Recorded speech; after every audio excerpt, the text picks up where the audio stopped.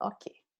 Então, nós verificávamos na semana anterior, na terça-feira anterior, que Kardec nos diz nesse item que os homens, nesse período de transição, uma vez vencido esse período de transição, nós teremos um mundo povoado por espíritos melhores, né?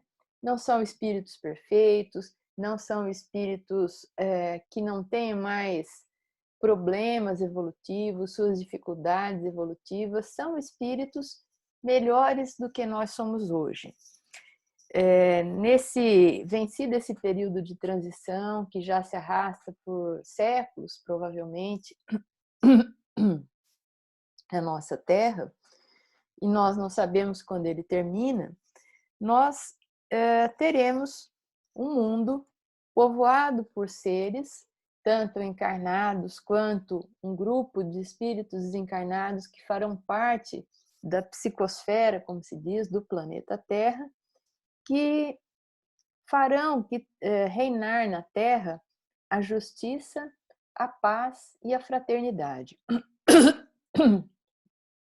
Serão espíritos que terão uma tendência para o bem, embora provavelmente nem tudo que eles façam, nem todas as suas ações sejam efetivamente coisas pautadas exclusivamente pelo bem, sejam ações irreparáveis. Deverão esses espíritos certamente ainda errar, cometer erros, mas serão espíritos em regeneração.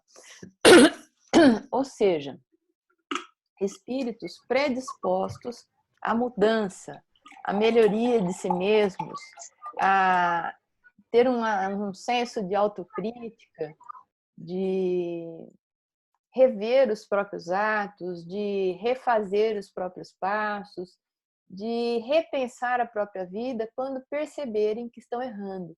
Isso são espíritos com predisposições ao bem, com predisposição à regeneração, característico de um mundo de regeneração. Coisa que ainda a gente não tem assim na média da população, né? Ainda as pessoas são super egoístas, são super donas da verdade, se acham ótimas, sem problema nenhum. Então, se alguém fala alguma coisa, se alguém aponta algum problema, ele ganha um inimigo, né? Porque a pessoa não admite que ela possa estar errando, que ela possa ter algumas dificuldades. Então, só por aí, se o mundo for povoado por espíritos com essa predisposição para a regeneração, a gente já imagina que vai ser um mundo bem melhor, né, do que ele é hoje. E se ainda na face desse planeta Terra, povoado por espíritos melhores, reinar a justiça, a paz e a fraternidade, então a gente vai saber que a gente está num mundo realmente bem melhor do que a Terra é hoje. Também ele diz que nessa transição existirá o desaparecimento gradual. Ele fala em duas gerações. A geração atual, que são os homens atuais, com seus valores, muitas vezes já ultrapassados, etc. E existirá uma nova geração com valores éticos mais aprimorados, com senso de justiça, com crenças inatas na espiritualidade, uma predisposição a aceitar tudo que vem relacionado à espiritualidade. Então, ele fala dessas duas gerações que, por ora, já existem na face do planeta e que já convivem juntas e que vai havendo uma, como é que a gente diria? Uma substituição progressiva de uma pela outra.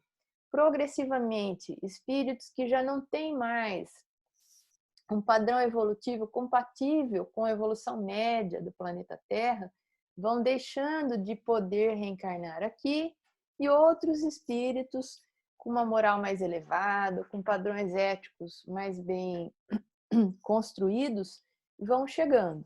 E com isso vai havendo essa modificação. E tem uma coisa interessante que ele diz no finalzinho do item 27, só como recapitulação: assim, aqueles que esperarem ver a transformação se operar por efeitos sobrenaturais e maravilhosos serão decepcionados. Quer dizer, tudo isso vai acontecer num fenômeno gradual, num fenômeno natural de substituição de espíritos, e nada acontecerá por efeitos de uma transformação maravilhosa, de algo sobrenatural, de algo espantoso, né? Que aconteça. A gente já ouviu muita coisa sobre não espírita, né? Sobre esse período de transição, ou às vezes até no meio espírita, algumas coisas um pouco excêntricas, né? No meio espírita, sim, entre espíritas que não estudam como deveriam. Por exemplo, a ideia de que quando fosse para ocorrer a transformação de fato da Terra em mundo de regeneração, deveria se aproximar da Terra, uma espécie de planeta chupão, acho que é Nabiru o nome que deram para ele, que andou saindo, acho que em 2017, andou surgindo, de vez em quando surgem umas datas, umas teorias aí, que ele ia se aproximar, e que a NASA estava escondendo, pegava algumas imagens da NASA e tinha uma tarja preta, aquilo era algum tipo de falha, né, na imagem, e que a NASA estava escondendo, mas o planeta estava se aproximando, e que milhões de pessoas iam ser sugadas por esse planeta chupão, né? Por isso o nome planeta chupão, e que ele levaria um sem número de espíritos que já não poderiam mais permanecer aqui na Terra, e que a Terra sofreria uma transformação, etc. Nada disso é necessário. Nada tão fantasioso, tão sobrenatural e tão esquisito, né, para não dizer outra palavra, precisa acontecer, porque já são milhares de desencarnações por dia e milhares de nascimentos por dia.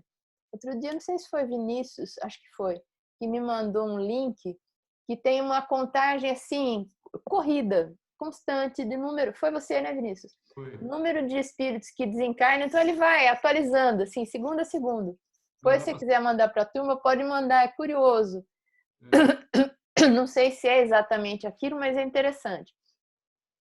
O número de desencarnações é maior já do que o número de nascimentos, mas são milhares, centenas de milhares ao longo de um dia. Então, realmente não haveria necessidade de um grande abalo sísmico, de um grande, como ele diz aqui, flagelo destruidor, né?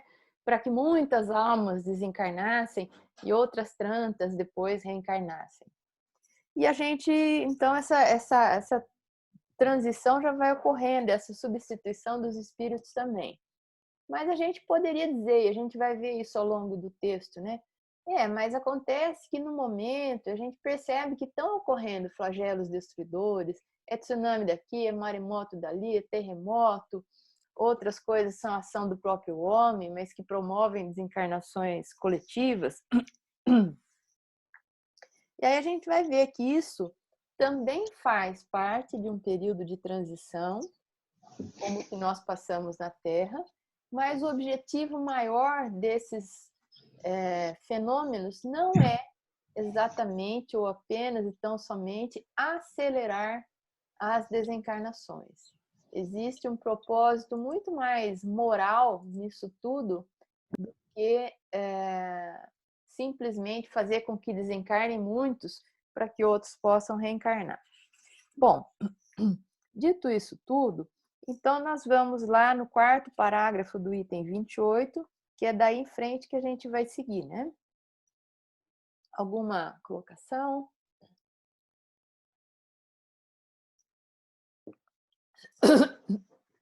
Então vamos lá. O que distingue, ao contrário, os espíritos atrasados é, primeiro, a revolta contra Deus pela recusa de conhecer algum poder superior à humanidade.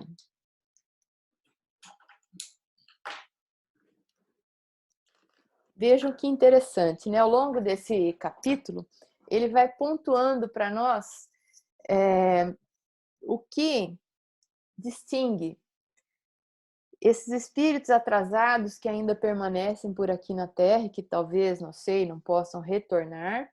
E depois ele vai assinalando as características que distinguirão também essa nova geração de espíritos mais evoluídos que virão habitar progressivamente o planeta Terra.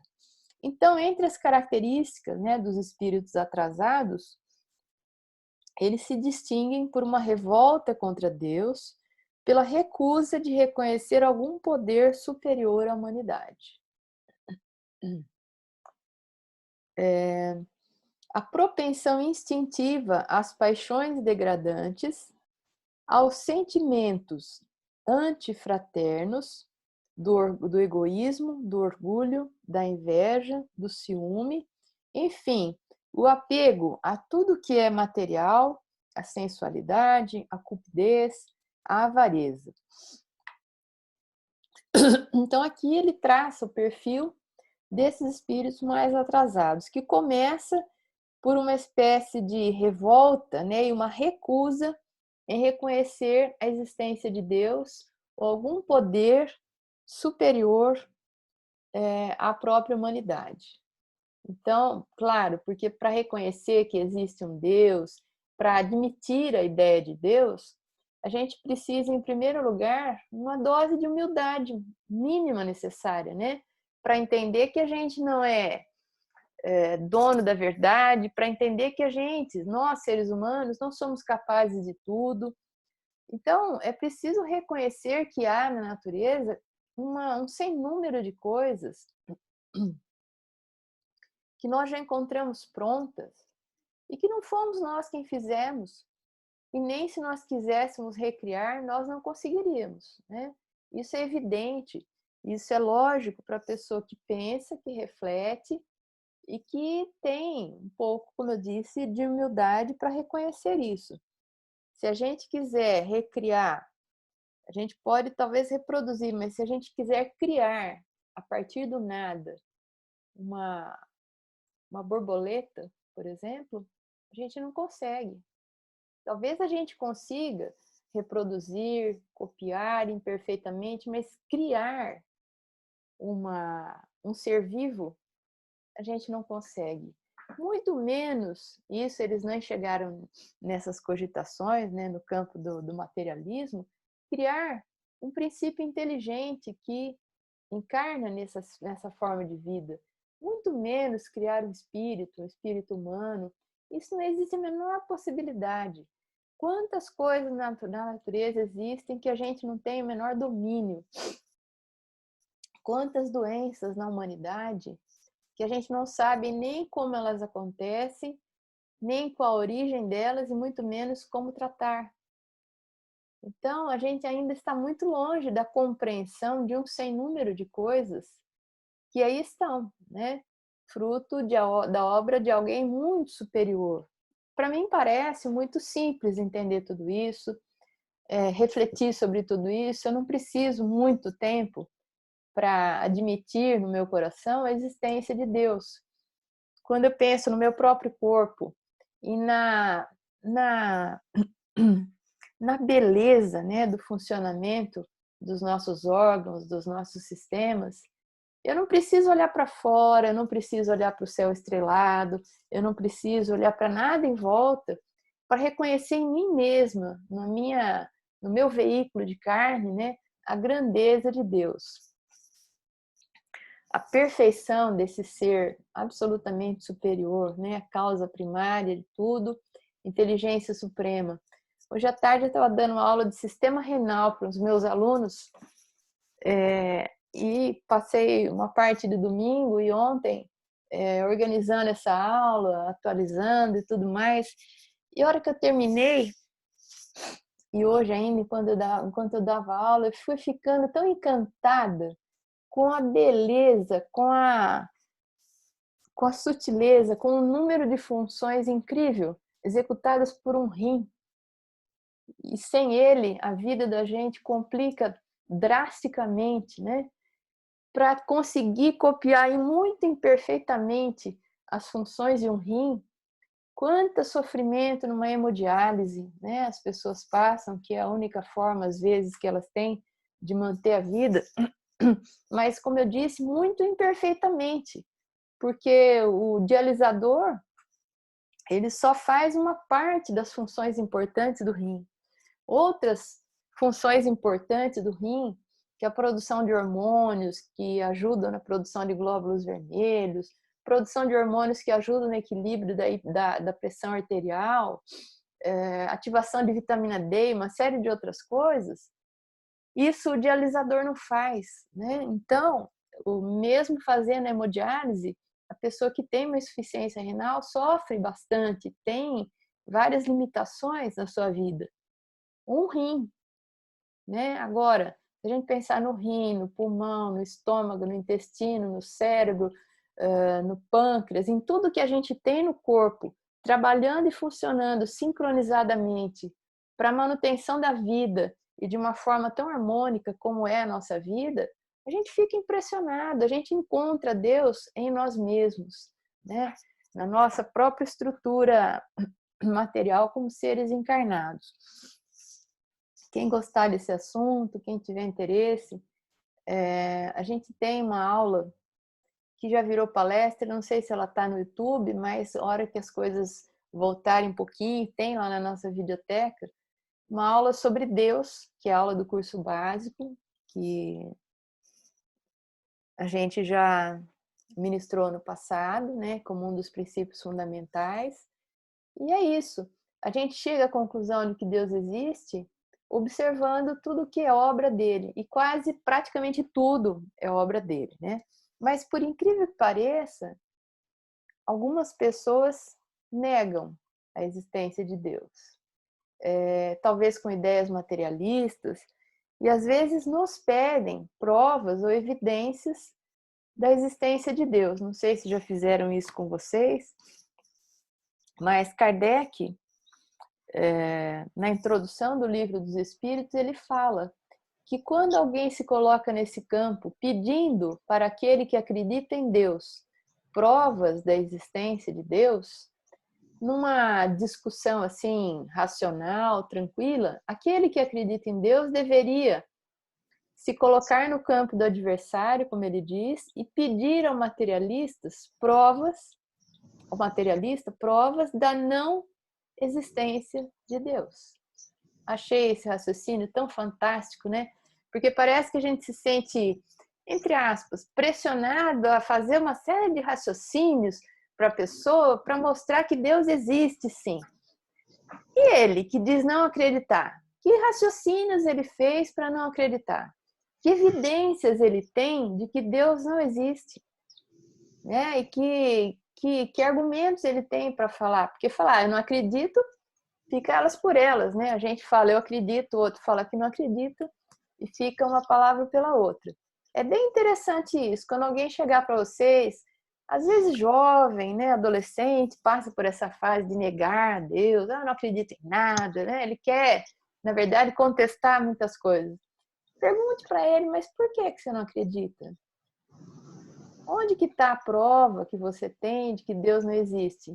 Talvez vocês escutem o silêncio, né? Porque existem evidências da existência de Deus, mas provas da não existência dele não existem. Então esse é um traço de um certo atraso espiritual, né? A não acreditar, não admitir a ideia da existência de Deus.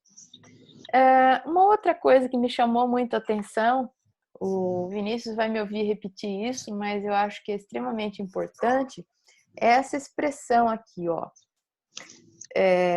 Sentimentos, propensão a paixões degradantes e aos sentimentos antifraternos. Espíritos com uma evolução pequena, espíritos atrasados, têm sentimentos antifraternos. Sentimentos que não são coerentes, que não são ajustados ao sentimento de fraternidade. O que é a fraternidade? É nós nos reconhecermos, nos tratarmos, nos entendermos como irmãos, como filhos de um mesmo pai, como companheiros de evolução, com pessoas que têm as mesmas necessidades, os mesmos direitos diante uns dos outros, né? Isso é nos entendermos de uma forma fraterna, entendermos que todos somos iguais perante a dor e temos os mesmos direitos e somos seres humanos falíveis, imperfeitos, uns tantos quanto os outros. Isso são raciocínios aos quais nós somos levados pelo sentimento, pela noção de fraternidade. Mas há pessoas que têm sentimentos antifraternos. Eu vou dar um exemplo do que, para mim, atualmente, me parece uma postura de profundo sentimento antifraterno. A gente está vivendo um momento aí que todo mundo conhece, não preciso ficar esmiuçando, em que nós somos convidados a restringir a nossa circulação ao mínimo necessário, em primeiro lugar, para proteger a nossa saúde, mas tanto quanto para que a gente proteja a saúde dos nossos companheiros de jornada evolutiva aqui no planeta, aqui na nossa cidade, aqui no nosso estado, no nosso país, né? E com isso, não tenhamos um número maior de sofrimentos, de padecimentos, talvez de desencarnações, não tenhamos um colapso no sistema de saúde que fará com que outras pessoas possam sofrer e até desencarnar, não necessariamente pelo Covid-19, mas por outras doenças que possam ter um ataque cardíaco, um AVC, e elas precisem de uma UTI, elas precisem de um respirador, e poderá não existir, porque os leitos estarão ocupados. Então, é por tudo isso que a gente tem sido orientado a restringir a nossa circulação, a ficarmos em casa quanto possível. No começo da quarentena, eu fiquei assim um pouco chocada, acho como todo mundo, bastante chocada. Meu Deus, eu não vou poder sair, e eu não posso, é a minha vida e as minhas atividades.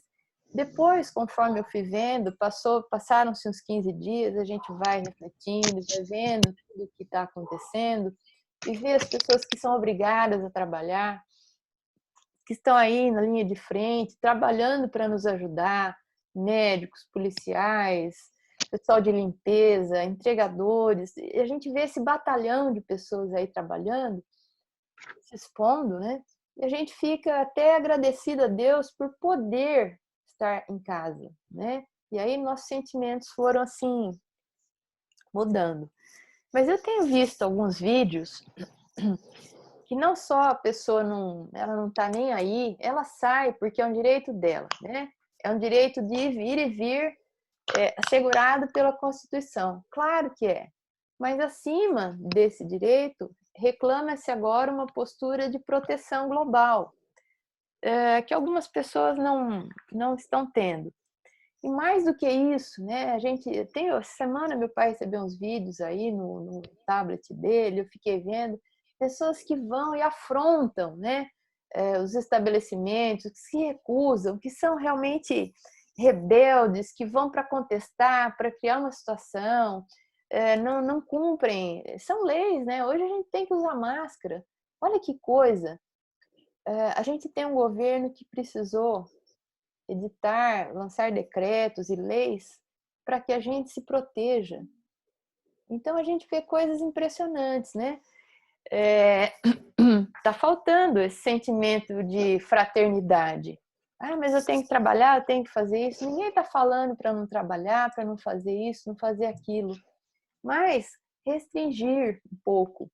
Porque a gente vê nos feriados que a turma ia comprar ovo de Páscoa, ia comprar peixe no mercado, e aquela aglomeração.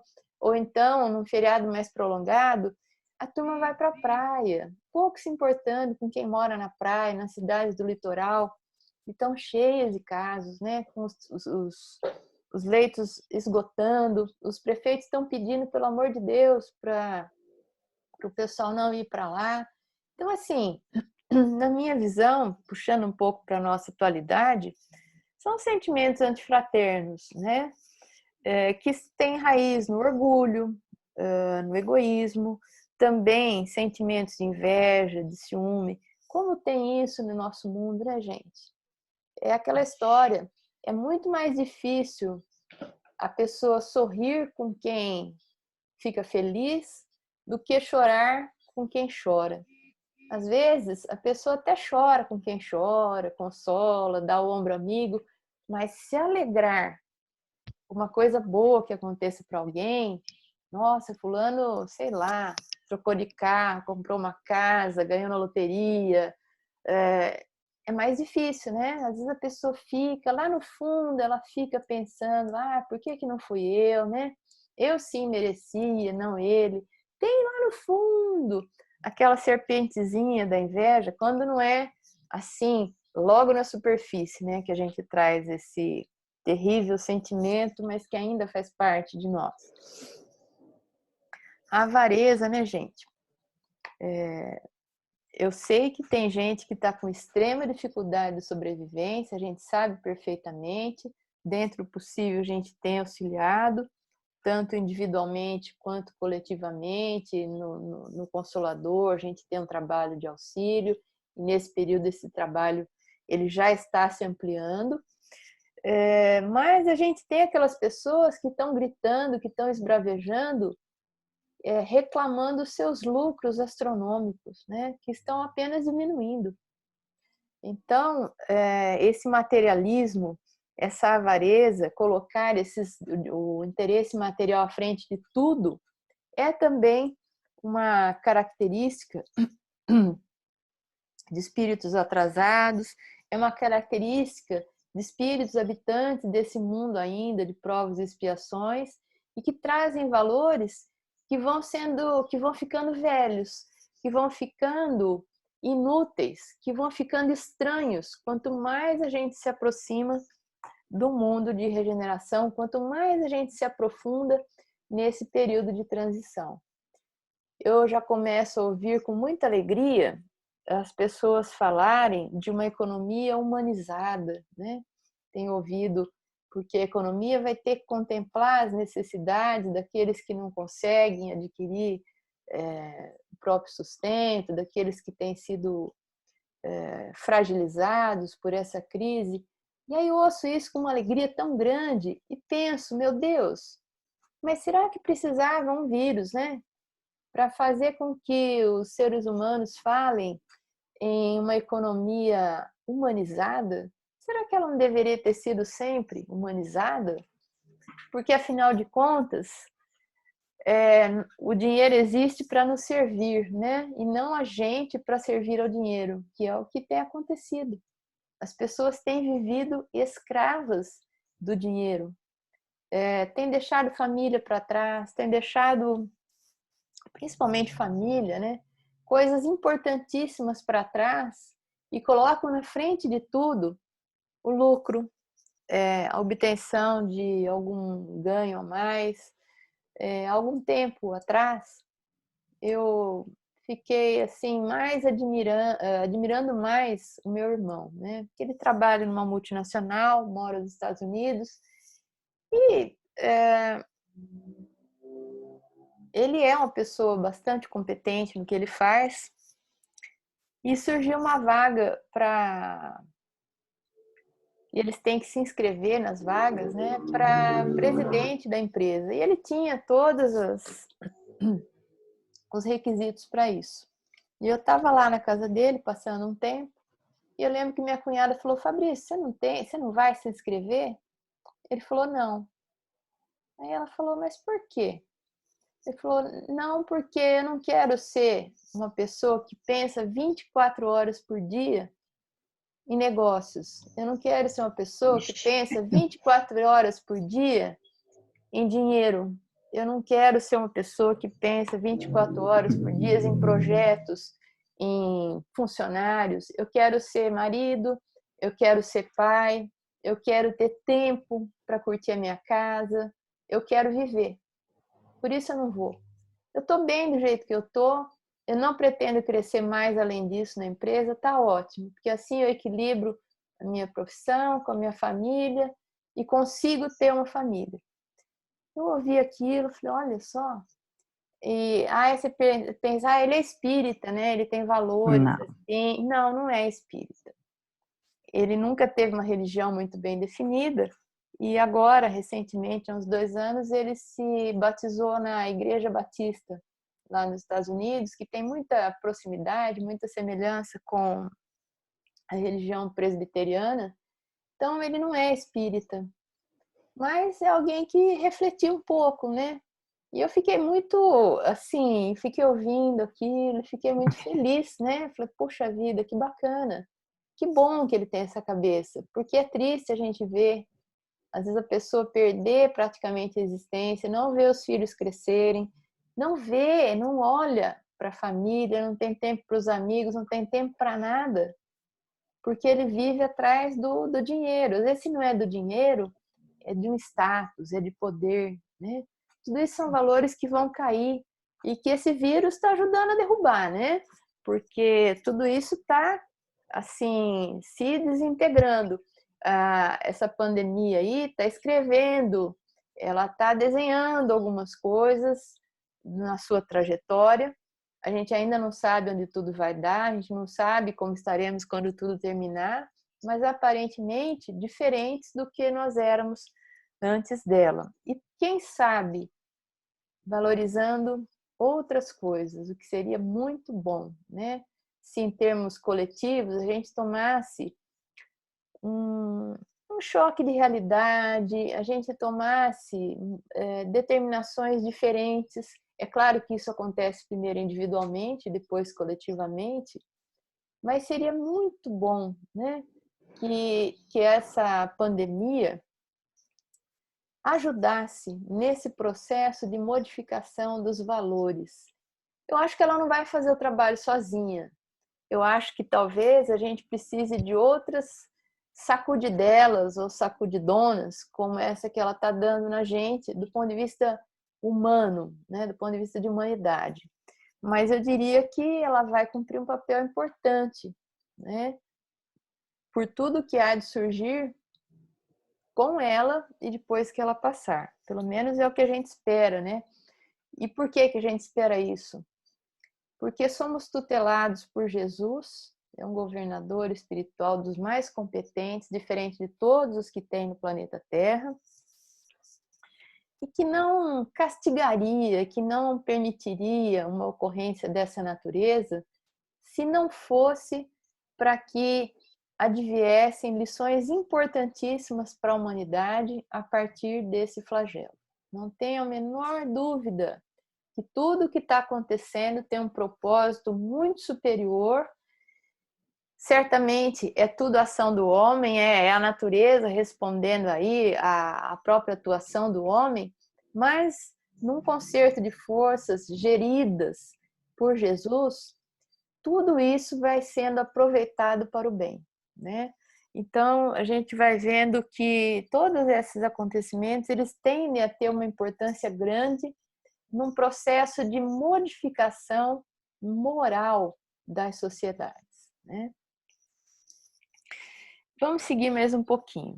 São esses vícios dos quais a terra deve ser purgada pelo afastamento daqueles que recusam se emendar, porque são os vícios, né, incompatíveis com o reino da fraternidade e que os homens de bem sofrerão sempre por seu contato. Quer dizer, ele está dizendo aí que todos esses vícios que ele enumera em cima, né,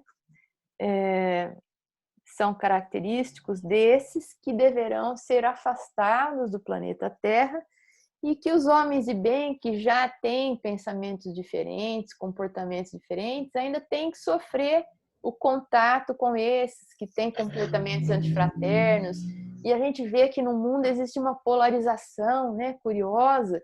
Então a gente vê claramente, eu vejo pelo menos, não sei vocês, que essas duas gerações que aparecem mencionadas aqui, esses dois tipos de ser humano, estão convivendo como nunca, lado a lado, na face do planeta.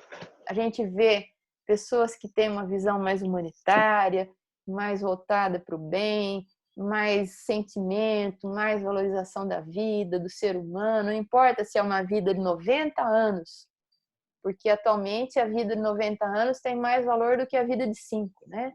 Não vamos nem entrar nessa questão, porque isso é absurdo. Mas a gente vê pessoas que veem muito claramente uma vida para elas tem muito valor e outras pessoas para as quais centenas, milhares têm um valor assim relativo, são números, são vidas, morre-se, né? Ah, estão morrendo, pois é, morrem, morre-se, né? Aí a gente vê entrevista daqui, entrevista dali, mas e as mortes? Ah, morre gente o tempo todo. Gente, mas quando é que foi que a gente parou de se incomodar ou de sentir pela morte de alguém, né? Ah, mas a gente não morre. Não, a gente não morre. Claro que não, mas a gente desaparece daqui. O convívio, ele se perde por um tempo.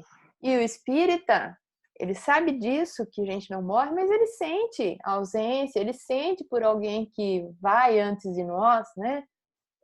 Fazer essa viagem que todos faremos. É motivo, sim, da gente expressar os nossos sentimentos, é claro que é. Mas parece que a vida humana não está valendo nada, né? Ah, morre centenas, morre milhares, morre mesmo. Tempos difíceis. Então, os bons, os homens de bem, vão sofrer com esse contato, como ele diz aqui.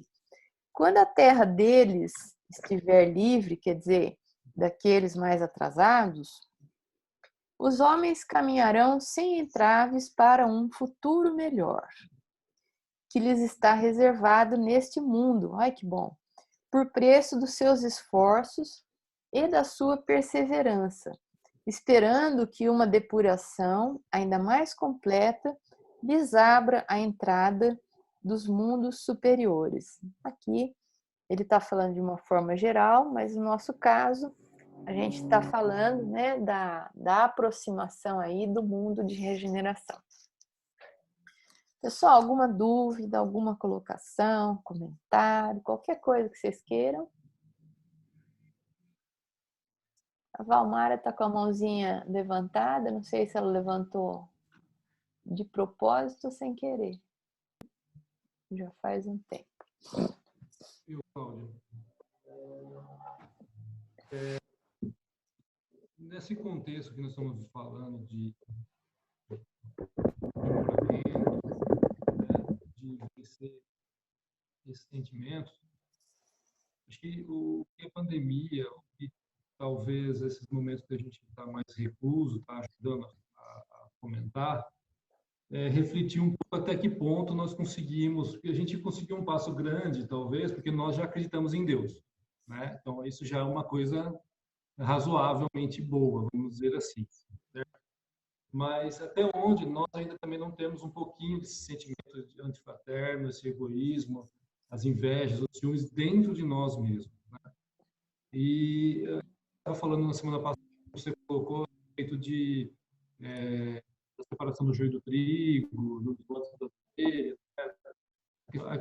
A gente, às vezes, em umas conversas que você tem com os amigos, a gente está vivendo um momento da peneira e está sendo peneirado. Só que a gente não sabe o tamanho dos buraquinhos dessa peneira. A gente vai conseguir passar ou não. Entendeu? A gente vai estar em que estado nós vamos estar. Né?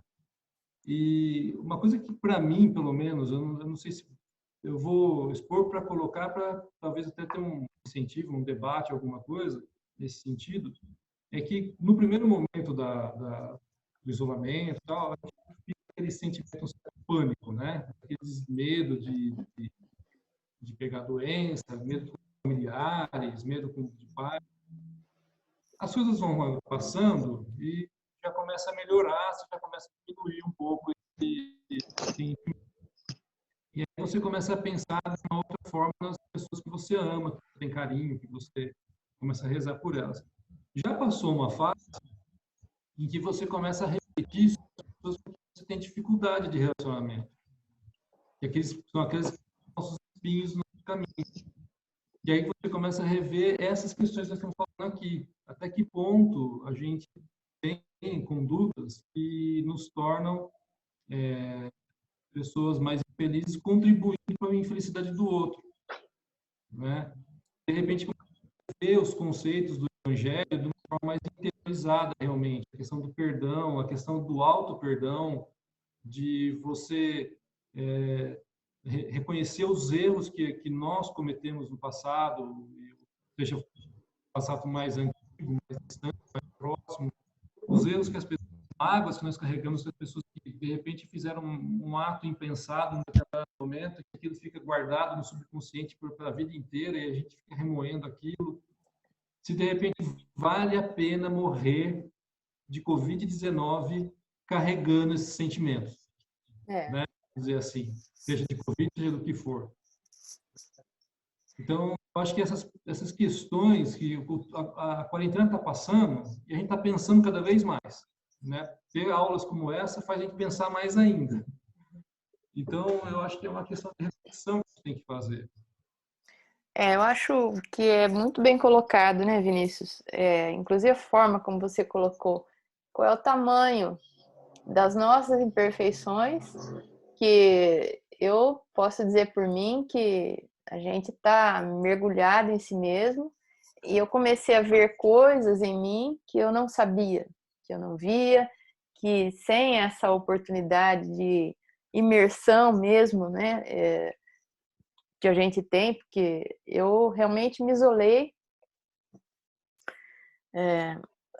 parei com todas as atividades fora, né, e fiquei aqui na minha casa com os meus pais, e aí começa a prestar muito mais atenção nos seus movimentos, nas suas reações. A gente começa a olhar para si mesmo, que no dia a dia a gente não olha. Então a questão é, qual é o tamanho das nossas imperfeições? E às vezes a gente se surpreende um pouco com isso. E qual é o tamanho do buraquinho dessa peneira, né? Será que ele é fininho? Será que é uma trama fininha? Se for, eu acho que a gente vai precisar mudar. A gente precisa primeiro pedir a Deus bastante tempo de vida aqui na Terra para dar tempo da gente mudar alguma coisa, porque não sei se a gente, né? O Vinícius colocou uma coisa aí. Será que vale a pena morrer por Covid? E sendo como a gente é hoje, aquela coisa, né? De repente, essa pandemia trouxe para a gente a perspectiva, não só da doença, mas, por que não? Eu acho que é disso que todo mundo tem medo. Ninguém tem medo de gripe, de resfriado. A gente tem medo das consequências, né? Então, trouxe para nós a perspectiva da desencarnação. Sim. É isso que ela estampou na nossa frente. Todo mundo tem medo, eu penso, né? Apesar que tem uma turma que parece que não, mas isso é outra história. Todo mundo que tem um pouco de juízo, um pouco de maturidade, tem medo de adoecer, porque tem medo de desencarnar. Porque aquela história, né? Outro dia foi o G. Quando o G fez o primeiro curso comigo, lá, uns bons anos atrás, um dia terminei a aula, eu não lembro qual foi a aula, ele falou, Cláudia, tinha que ser o G para falar isso, né? Eu só vou te falar uma coisa. Eu falei, o que é, G? Eu sério, achando que ele ia fazer uma pergunta. Eu descobri o seguinte, todo mundo quer ir para o nosso lar, mas ninguém quer ir agora. E é uma grande verdade. E ele falou, todo mundo quer ir para o nosso lar, mas ninguém quer ir agora e ninguém quer pagar o preço, porque o preço é desencarnar. E a gente quer ir para o nosso lar ou para uma colônia parecida. Nossa, que maravilha, né? Se a gente já não ficar no umbral, vai ser um lucro tremendo. Mas, se a gente perguntar... Uma vez teve um palestrante que perguntou lá no Consolador, quem quer ir para o nosso lar? Todo mundo levantou a mão, né? Aí ele falou assim, agora eu vou complementar a pergunta. Quem quer ir para o nosso lar agora? Todo mundo abaixou a mão. Porque a gente não quer. A gente não quer desencarnar, a gente quer um tempo a mais. Por isso, a pandemia trouxe para nós a perspectiva da desencarnação e gera medo, gera pânico, né? Porque apesar de tudo que a gente sabe, a gente quer deixar esse momento para quando Deus quiser, né? Na verdade, quando Deus quiser, quando a gente quiser, que vai ser assim com muita, muita, muita idade mesmo. Eu, pelo menos, estou fazendo de tudo para cuidar do corpinho aqui, para ver se eu fico por aqui nessa terra, ó, por um bom tempo e bem, né? É o que eu desejo. Então, não adianta só ficar, a gente gostaria de ficar bem. Pode falar. Cláudia. Pois não. Não, eu acho que esse é o ponto. A gente está refletindo sobre a morte, coisa que a gente não fazia. Então, essa pandemia nos trouxe isso. E isso assusta, né? Porque a gente não pensava sobre isso. Tem uma palestra da Dona Leia chamada Educação, não sei se é preparação ou educação para a morte. E ela fala assim que, morre-se. As pessoas falam, morre-se, mas você não puxa para você. E você não vive assim, senão você também, né, a cabeça... Exatamente. Você não vive pensando ou com a plena convicção de que amanhã ou daqui a um segundo você pode desencarnar. Você vive como se fosse um momento, as pessoas morrem, elas ficam doentes. Eu não. A gente vive como se amanhã a gente fosse acordar, o mês que vem a gente fosse estar aqui, com essas pseudo-certezas, né? E a Covid trouxe isso pra gente, olha, tá aí. Pode ser que você vá no supermercado e que você volte infectado e aí a coisa complique. E isso nos coloca em xeque, ou pelo menos aqueles que estão acostumados a refletir, como acredito que nós espíritas sejamos, né? Nossa, e se eu tiver realmente... a primeira vez que eu ouvi alguém falar, eu juro que eu dei uma tremida, que cerca de 80%, 70% da população iria se contaminar. Eu ouço isso até hoje, me dá um gelo, assim, sabe? Porque eu realmente estou com medo, né? Meu instinto de conservação está falando bem alto. E porque eu, como todo mundo, também não quero ir amanhã. E se eu estiver aqui amanhã, com os valores que eu tenho, com aquilo que eu já experienciei, que eu já vivenciei, não sei se estaria na hora, ou se eu teria, ou em que condições eu chegaria. A gente quer sempre um tempo mais, até para melhorar um pouquinho mais, para chegar um pouco melhor lá, né, no mundo espiritual. Então, são sentimentos muito humanos, muito naturais e que fazem parte, né? São o nosso instinto de conservação. Por que a gente levanta? Por que a gente faz higiene do corpo? Por que a gente se alimenta? Por que a gente mantém esse corpo vivo? Faz parte do instinto de conservação, né? Quando alguma pessoa desiste da vida, ou se entrega, ou comete algum ato de atentar contra a própria vida, ele está adoecido. Ele perdeu parte desses mecanismos, né? Então, ele não tem esse instinto, está enfraquecido nele por várias razões que a gente nem tem muita competência para entrar nesses porquês.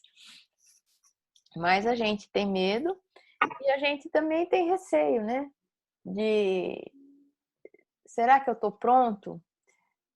Será que se eu vivesse mais um tempo, eu não poderia ir um pouco melhor, voltar à pátria espiritual um pouco melhor e passar um pouco menos de vergonha, né? Porque às vezes a gente vai chegar lá, dependendo do caso, com as mãos, entre aspas, tão vazias de realização, né?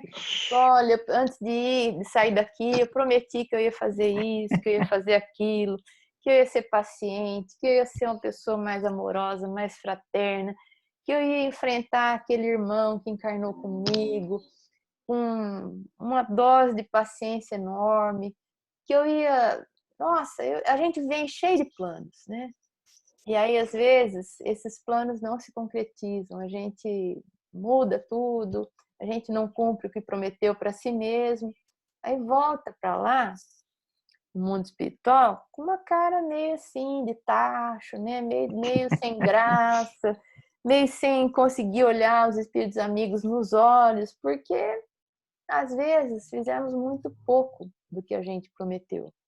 É momento de rever essas coisas, né? Como é que a gente está em relação aos nossos familiares? Como é que anda a nossa paciência, que eu sei que está sendo testada nesse período de quarentena, né? tem aquela chatice, às vezes, dos familiares, aquela implicância, aquela ranzinzice, que às vezes a gente leva muito a sério e a gente faz daquilo um problema tão grande, não é? Tudo isso, né?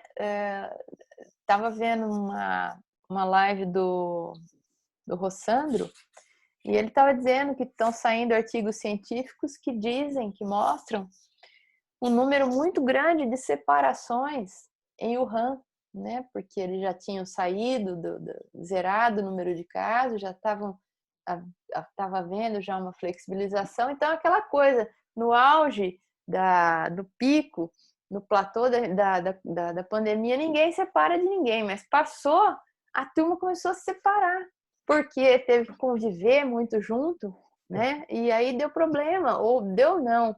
Os problemas que existiram apareceram ou ficaram maiores, né? Então, é tudo isso, é esse convite para essa interiorização, desse olhar para dentro e, quem sabe até, né, de uma modificação que nos é trazido. E é um convite muito bem-vindo. Ah, Cláudia, mas está gostando da pandemia? Não, não é isso. Mas já que ela está aí, e já que é aquela história, né, é o que temos para hoje. Então, vamos tentar fazer o melhor que a gente possa com essa experiência que nos está sendo dada, né? Cláudia. Oi? Seguindo o raciocínio do Vinícius, né, do tamanho da nossa imperfeição, né? A gente pensa não só no tamanho, mas como a nossa imperfeição atinge o outro. Então, é o momento desse isolamento social, que a gente está mais próximo dos nossos, né?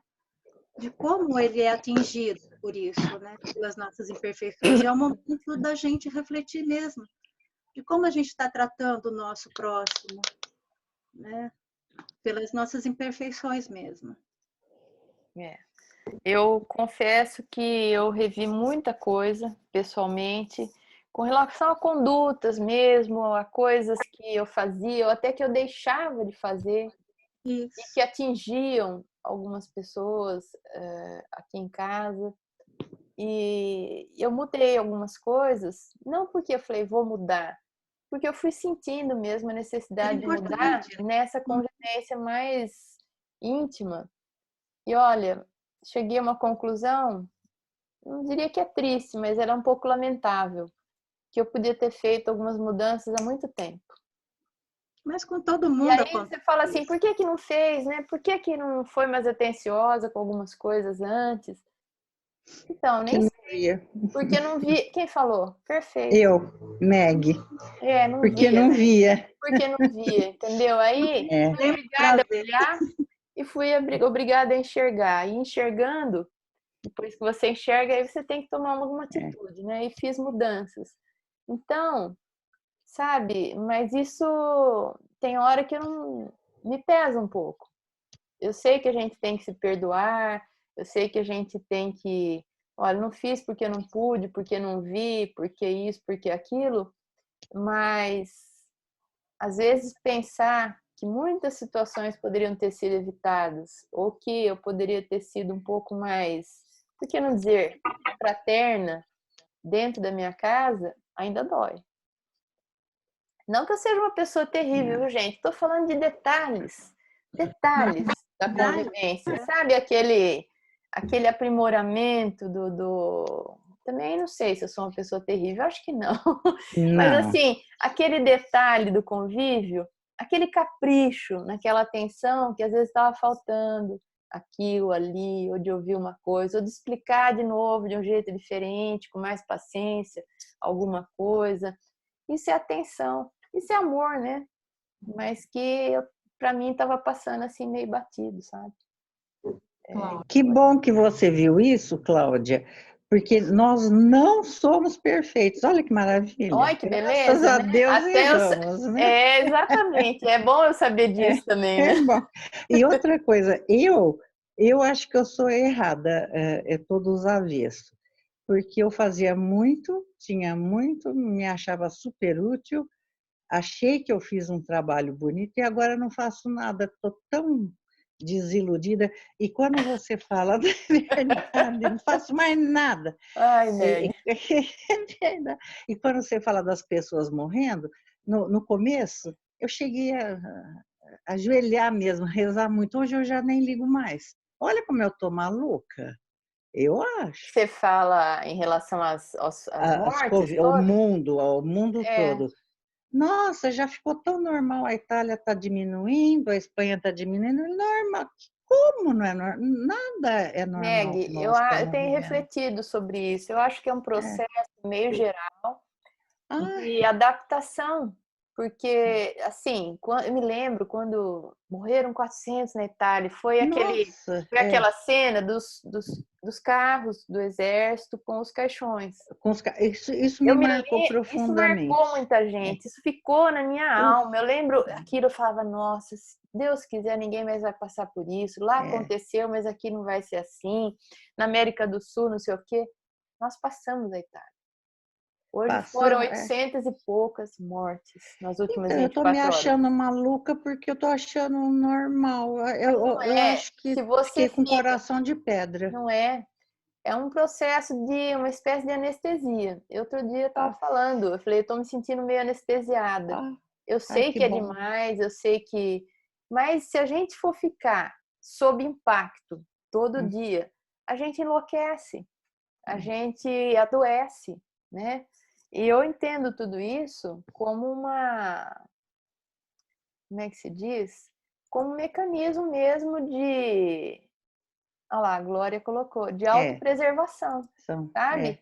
De manutenção da nossa mínima saúde emocional e mental nessa situação.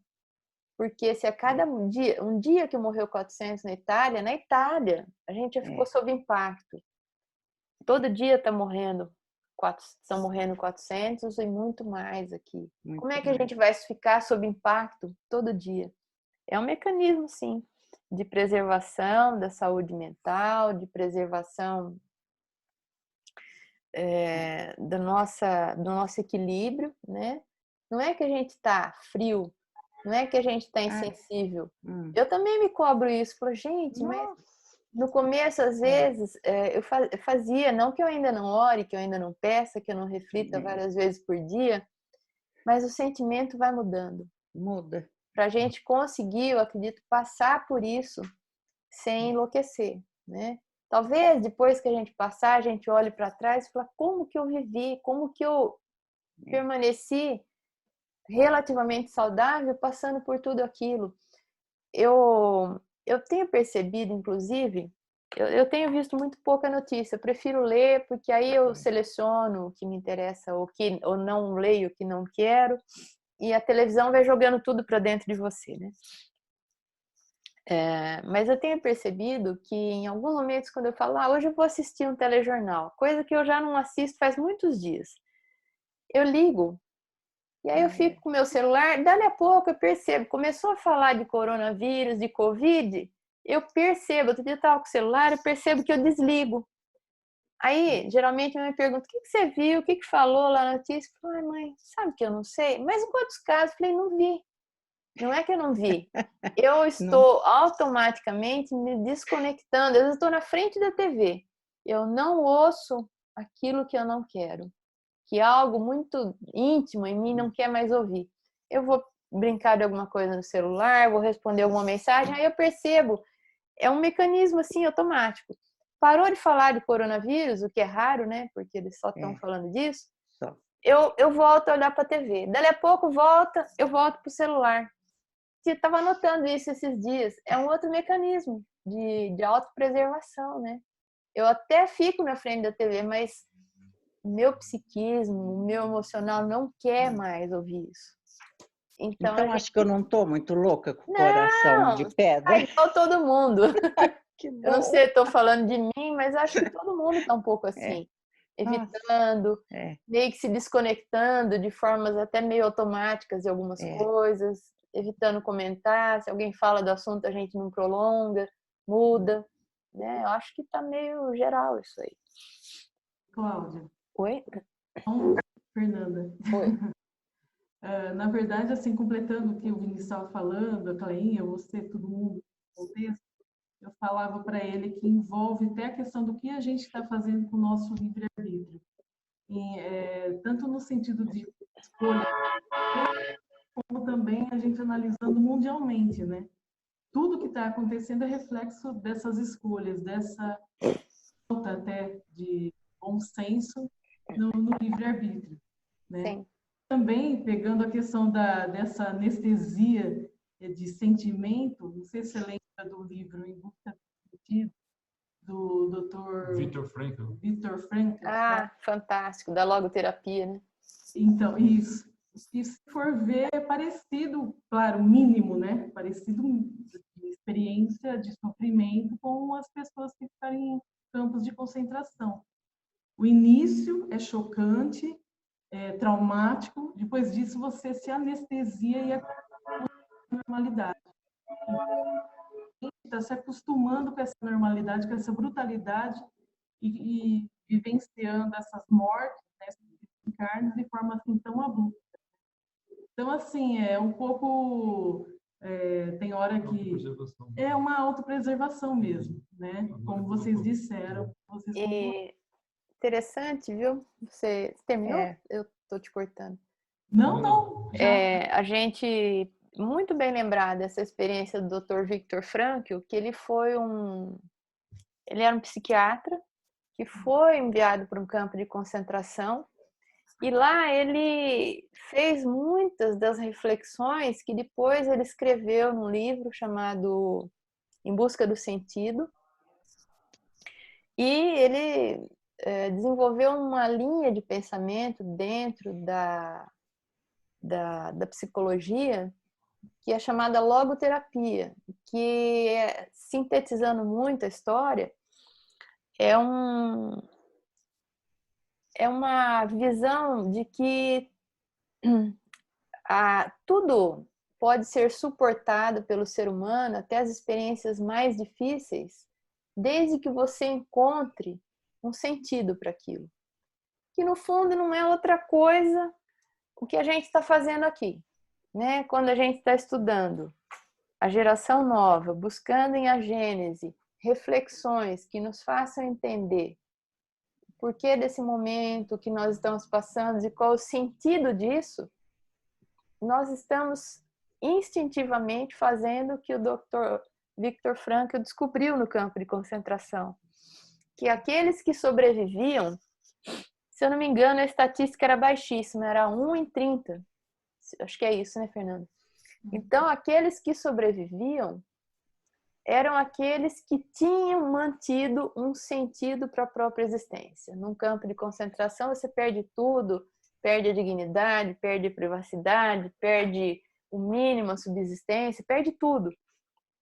Mas os que sobreviveram não perderam a esperança e não perderam esse sentido para a própria vida, porque os que sobreviveram geralmente foram pessoas que tinham um grande sonho, que tinham uma expectativa na vida que elas teriam após aquele sofrimento. Então, eles tinham uma motivação profunda para saírem dali vivos. Ele mesmo, ele passou a se tornar um psicólogo no campo de concentração, né, dando algum tipo de conforto, de atendimento aos companheiros de prisão, digamos assim. Foi fazendo as anotações, as observações que depois ele reuniu para compor esse livro, e ele tinha uma grande motivação para prosseguir vivo, que era o reencontro com a sua esposa. Ele havia se casado recentemente, acho que não tinha um ano de casado, ele foi para um campo de concentração, ela foi para o outro.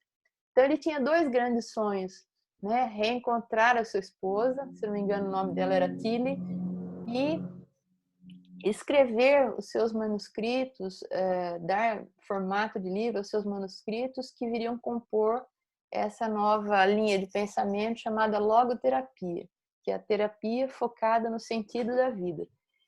E ele faz essas observações.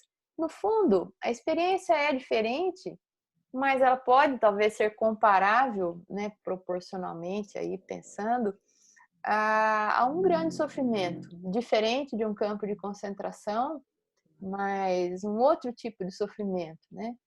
E é exatamente o que ele propõe na sua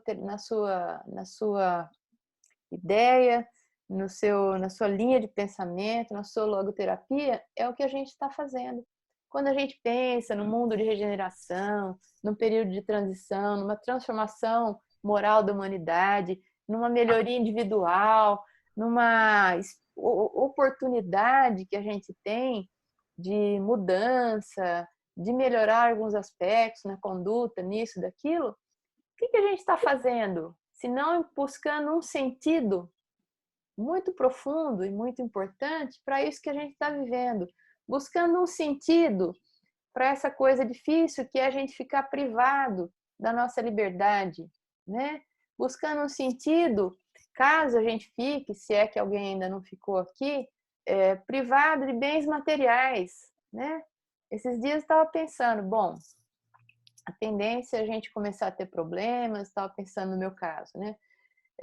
Bom, então eu vou ter que começar a rever, na verdade já revi muitas coisas do meu padrão de vida, do meu padrão de consumo, não que eu seja uma pessoa consumista que joga dinheiro pela janela, mas a gente sempre tem onde rever. Eu estava pensando, né? Olha só que oportunidade para a gente colocar em prática certas ideias que a gente tem, mas que às vezes não implementa no dia a dia, de desapego, de coisas assim, né? O que é isso que eu estava fazendo? É buscar um sentido para uma dor, né? Para uma experiência difícil. Então, se eu não vou ter dinheiro, eu vou ter que rever algumas coisas e aproveitar isso para testar o meu desapego, para ver se ele é real. Pode falar, Lisete. Assim, nesse contexto todo, o que eu fico imaginando assim é por que a gente está tão privilegiado nisso tudo, né? Porque é muito fácil a gente falar que a gente está privado de sair dentro das nossas casas. Aí a gente vai para aqueles bairros mais afastados e vai lá e fala assim, por que eles não ficam dentro de casa, né? Porque nem tem onde ficar, né? Exatamente. Então, eu acho que a gente tem que agradecer muito e pensar muito por que nós estamos nessa condição hoje, para ver se a gente começa, se a gente não era fraterno, a ser muito, muito e muito mais a partir de hoje. Porque, de repente, eu fico me questionando, por que eu tenho isso tudo aqui e outra pessoa não tem? Eu não consegui saber o que é a minha quarentena ainda. Eu não tive quarentena porque eu não parei de trabalhar nenhum minuto dentro da minha casa, indo para um escritório que eu tenho uma internet, um computador, outro aqui, outro ali, fazendo isso, fazendo aquilo, trabalhando ao longe. E essas pessoas, que nem nós fomos lá, eu fui lá na sexta-feira entregar uma cesta básica para uma família, você sabe qual é aí, que não tem piso, não tem calçada na casa. Aí, de repente, começou a sai um, sai outro, sai outro, sai outro, sai outro. 9, numa casa de 3 cômodozinho. Como é que vai ficar ali? Vai dormir arrastando um cobertor, a hora que vai para dentro, o cobertor vai aquele que arrastou no chão até na rua para me ver lá. Aí vai se cobrir com aquele. Então, eu acho que a gente tem que analisar muito onde nós estamos hoje para ver se a gente está sendo fraterno o suficiente. É tal coisa, né? É diferente fazer uma quarentena numa casa com 8, 10 cômodos, com piscina, com jardim, com espaço amplo, que um nem vê a cara do outro se não quiser durante o dia, né? Exatamente. E cumprir uma quarentena dessa com uma família, sei lá, às vezes de 8, 10 pessoas, numa casa, entre aspas, com 2, 3 cômodos, é muito diferente. E aí, tudo é complicado, né? Como é que você vai falar de isolamento numa casinha dessa, com tanta gente? Quer dizer, não é isolamento, é contaminação em grupo, né, mesmo. Tudo isso, né, gente, são reflexões. Por que eu tenho essas coisas e por que será que a gente tem uma condição relativamente melhor do que outros, né? E assim vai. Por que a gente tem? É pra gente só deitar, enrolar e usufruir belamente daquilo? Ou será que não era para dividir de alguma forma? Por que que a gente... Aí começa, né? Por que que a gente tem saúde? Por que que a gente é inteligente, pensa com clareza, enquanto outros nascem com tanta dificuldade, com deficiências? Então, deve ter uma função tudo isso, né? O fato da gente ter nascido, reencarnado com saúde, já nos dá habilitação para fazer muita coisa pelos outros. Encarnado aqui na nossa região, que nós temos hospital, tanto público quanto privado, vai ter hospital para todo mundo, que não tem ninguém internado. Aí, se a gente anda lá pelo Nordeste, aquele centrão, não as cidades litorâneas bonitas de turista, mas aquele centrão onde eu e o Gilson fomos, né? Um sertão, não tinha nada, não tinha uma casinha que não dava para entrar dentro, aquelas pessoas ali. Como que estão fazendo essas pessoas lá? Lá não tem saúde, lá não tem hospital perto, não tem nada. Imagino lá na Amazônia como é que deve estar as coisas, porque tanta morte lá. Então, tudo isso são reflexões, né, gente? Necessárias, importantes. Eu também penso, por que que a gente tem todas essas coisas e ainda a doutrina? Que nos fortalece, que nos dá uma condição de ter uma serenidade ante tudo isso, ou como dizia a Fernanda, né, de encontrar um sentido maior em tudo isso. Tem gente que não tem nada e ainda não acredita em nada, né?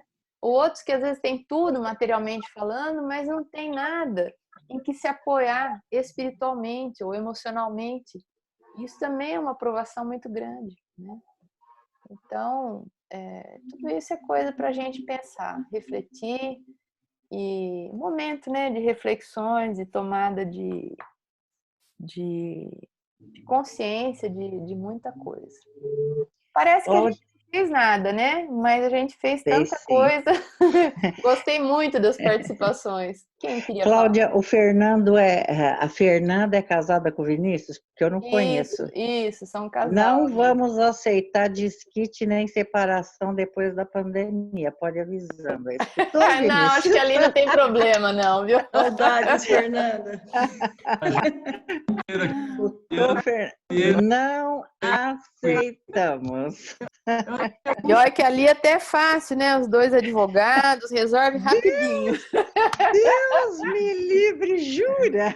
Até eu tô de bem aqui, melhorei. Olha que coisa, bom, eu melhorei com o filho. Melhor. Oxe, é bom. Minha paciência é lá longe. A Meg estava doentinha semana passada. Eu tô ainda, Cláudia. Tá, demora um pouquinho, né, Meg? Fui de novo no Reinaldo ontem, hoje é terça, ontem, mais uma cacetada, porque está esparramando muito meu herpes por tudo, dói tudo. Ainda não melhorou. É o zoster, né? O emocional vai pro quiabo, né? Vai. É porque também é aniversário de morte do Lucas, e tudo junto, tudo junto. Entendi. Eu sou muito paciente, eu treinei a minha paciência a minha vida inteira, mas agora eu estou meio desmontando. Fazer o quê? Você tinha muita, como diria o Dr. Frank, você tinha um motivo muito grande para ser forte, né, Meg? Você tinha que é gozado que depois que o Lucas morreu, eu estou tendo todas as doenças que em 35 anos eu nunca tive uma gripe. Você vê como que é a cabeça emocional. Se você... É aquela coisa, né? A mãe não podia ficar doente porque ela tinha um compromisso muito importante. É verdade, eu nunca tive. Agora eu tô com tudo. Nossa, tô podre. Vai passar. É só começar a ajudar os outros, trabalhar, voltar ao centro, melhora tudo. É isso aí. Bom, gente, vamos então encerrando com dor no coração, mas a gente sabe que tem que dar, né, o final aí. Foi muito legal, tá? Semana que vem a gente continua do item 29. E quanto mais participação, mais rico vai ficando, né? Mesmo que a gente não ande muito em termos de número de parágrafos lidos, não é essa a questão para nós aqui, não é essa a proposta, mas é que a gente saia enriquecido com comentários, com experiências, com coisas que façam a gente pensar e melhorar, né? que a gente não está aqui, nem está aqui à toa, só por estar. Isso a gente tem absoluta certeza. Então, assim, muito bom, muito feliz. E vamos fazer a nossa prece de encerramento para, mais uma vez, uma prece de gratidão a Deus por tudo que a gente tem tido nessa vida, né? Então, vamos lá. Amado Mestre Jesus, nós agradecemos profundamente a Ti por esta existência, por tudo o que temos nesta vida, muitas das questões já aqui colocadas, dos comentários feitos. Analisando, Senhor, chegamos à conclusão de que somos ricos, ricos de possibilidades, de oportunidades, por termos encarnado de cara no local onde nos encontramos, no país como o Brasil, e é um lugar onde a doutrina espírita floresceu e esse manancial de consolações, termos contato com ele, enquanto muitos nem sequer imaginam a existência de uma doutrina tão profunda, tão consoladora e que nos faça sentir que as nossas vidas, as nossas dores, as nossas experiências todas, elas têm um sentido profundo. E viver dessa maneira, Senhor Jesus, é muito diferente.